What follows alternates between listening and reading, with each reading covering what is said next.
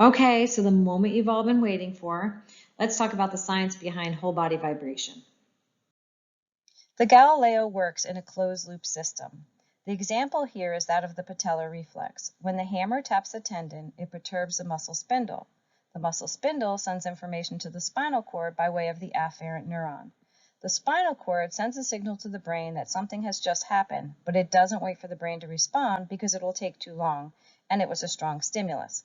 So the spinal cord says, I can handle this. We have to get the tension off the tendon, and it sends a directive to the quads to contract and the hamstrings to relax via the efferent neurons. The Galileo is the hammer, and when you stand on it, it activates the muscle and the entire chain of movement in the walking pattern, hence the name side alternating. Depending on the frequency used, it may be reflexive or spinal cord driven or volitional, brain driven. We'll spend more time on that topic a little bit later. The next video is from the Applied Science and Performance Institute in Tampa, Florida. The video highlights the profound increase in muscle activity using EMG technology. We're looking at muscle activation in Cameron. He's got sensors on his vastus lateralis, which is on the upper panel, and his rectus femoris on the lower panel. He's going to start squatting right now. You can see activation in the upper panel, very low activation in the lower panel. But we're going to use the Galileo to activate a tonic reflex, which will activate the rectus femoris. You'll see it here. Immediate activation there, and more activation in his other leg.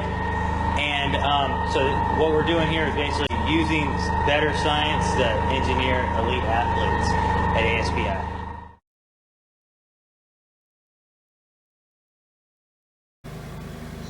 This slow motion video highlights the contract-relax cycle in the lower extremities, and you can see how the cycle is repeated throughout the whole chain of movement. Let's talk about ground reaction forces.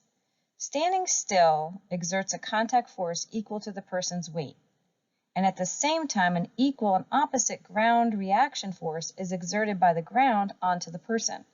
So joint loading is always a concern when you're working with the older population due to comorbid diagnoses like arthritis.